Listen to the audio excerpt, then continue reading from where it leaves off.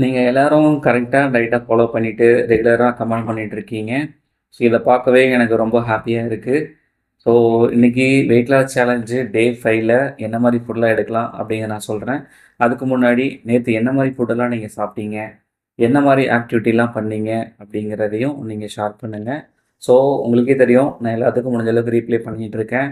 முடிஞ்ச அளவுக்கு உங்களை மோட்டிவ் பண்ணி வெயிட் லாஸ் பண்ண வைக்கிறது தான் என்னுடைய கோலாகவே இருக்கும்.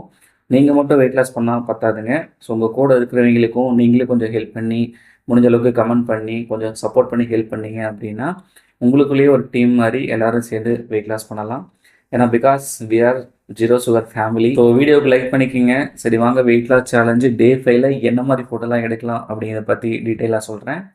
ஸோ இன்றைக்கி காலையில் நீங்கள் ஜீரக வாட்டர் எடுத்துக்கோங்க. ஒரு 200 ml எடுத்துக்கோங்க. முடிஞ்ச அளவுக்கு ஒரு 200 ml வாட்டரை நீங்கள் கொதிக்க வச்சு ஒரு 150 ml 100 ml வந்து குடிச்சிங்க அப்படின்னா இன்னுமே கொஞ்சம் நல்லா உங்களுக்கு வெயிட் லாஸ் ஆகிறதுக்கு நிறையா சான்சஸ் இருக்குது. அது கூட நீங்கள் 9 மணிக்கு இன்றைக்கி 2 முட்டை எடுத்துக்கோங்க. அது கூட 2 இட்லி, ஒரு பச்சை சுண்டல் எடுத்துக்கோங்க. பச்சை சுண்டல் அப்படிங்கும்போது பச்சை பட்டாணி.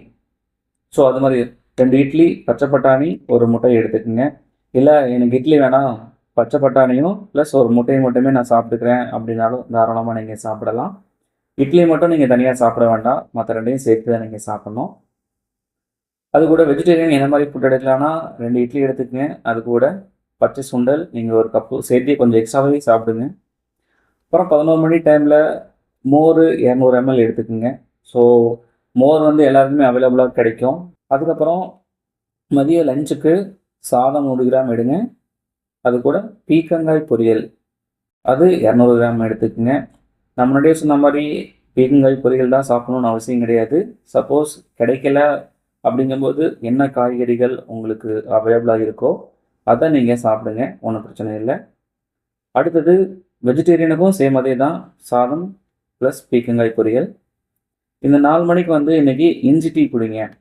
ஸோ ரெகுலராக டீ காஃபி குடிச்சிட்டு இருப்பீங்க, ஒரு சிலருக்கு டைஜஸ்டிவ் ப்ராப்ளம் இருக்கலாம்.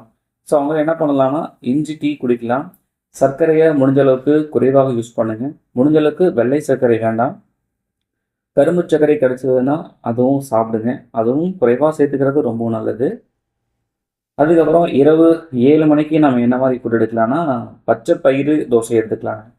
இந்த பச்சை பயிறு தோசையை பொறுத்த வரைக்கும் நீங்கள் நைட்டு ஊற வச்சு இல்லை காலையில் ஊற வச்சுட்டு நைட்டு அந்த இஞ்சி, பச்சை மிளகா, வெங்காயம் இதெல்லாம் போட்டு அரைச்சி நீங்கள் அப்படியே நீங்கள் தோசையை உடனுக்குடனே சுட்டு சாப்பிட்லாம். இது கூட ஒரு முட்டை எடுத்துக்கங்க, உங்களுடைய விருப்பம். அதுக்கப்புறம் வெஜிடேரியன் பொறுத்த வரைக்கும் அதே மாதிரி சேம் பச்சை பயிறு தோசை எடுத்துக்கலாம். இல்லைனா பச்சை பயிரை நீங்கள் ஊற வச்சு அவிச்சு கூட நீங்கள் சாப்பிடலாம். தோசையாக சாப்பிட்டீங்க அப்படின்னா ஒரு 3 தோசை எடுத்துக்கோங்க. பயிராக சாப்பிட்டீங்கன்னா ஒரு கப் அளவுக்கு ஒரு பவுல் அந்த கணக்கில் நீங்கள் சாப்பிடுங்க. அதுக்கப்புறம் நைட்டு வந்து ஒரு 1 ஹவர் சாப்பிட்டு முடிச்சதுக்கப்புறம் வெள்ளரிக்காய் எடுத்துக்கோங்க முடிஞ்ச அளவுக்கு. இல்லைன்னா ஆப்பிள், கொய்யா அது மாதிரி நீங்கள் சாப்பிடுங்க. எப்போவுமே சாப்பிட்டு முடிச்சதுக்கப்புறம் கொஞ்சம் ஒரு 10 நிமிஷம் தான் ஜஸ்ட் ஒரு வாக்கிங் போங்க. ஸோ வாக்கிங் போகும்போது உங்களுக்கு நல்லா டைஜஸ்ட் பண்ணி கொடுக்கும். ரெகுலராகவே நீங்கள் ஃபாலோ பண்ணுங்கள். ஸோ இன்றைக்கி வெயிட் லாஸ் சேலஞ்சு டே 5ல் என்ன மாதிரி ஃபுட் எடுக்கலாம் அப்படிங்கிறத பார்த்தாச்சு. இந்த டயட்டில் உங்களுக்கு ஏதாவது சந்தேகங்கள் இருக்குது அப்படின்னா கமெண்ட் பண்ணுங்கள். உங்களுக்கு டவுட் நான் கிளியர் பண்ணுறேன். முடிஞ்ச அளவுக்கு நீங்களும் உங்களுக்குள்ளேயே மாற்றி மாற்றி சப்போர்ட் பண்ணி மெசேஜ் பண்ணிக்கிங்க. ஸோ கண்டிப்பாக வெயிட் லாஸ் ஆகும். ஸோ நாளைக்கு வெயிட் லாஸ் சேலஞ்சு டே 6ல் என்ன மாதிரி ஃபுட் எடுக்கலாம் அப்படிங்கிறத பற்றி நான் ஒரு டீட்டெயிலாக சொல்கிறேன். ஸோ நல்லா பண்ணிருக்கீங்க. இதே மாதிரி ரெகுலராக டயட்டை ஃபாலோ பண்ணிவிட்டு கமெண்ட் பண்ணுங்கள், லைக் பண்ணுங்கள். நீங்கள் பண்ணுற ஒவ்வொரு கமெண்ட்டும் லைக்ஸும் தான் எனக்கு மோட்டிவேஷனாக இருக்கும்னு நான் சொல்ல வரேன். ஸோ எல்லோரும் சேர்ந்து வெயிட் லாஸ் பண்ணலாம். தேங்க்யூ.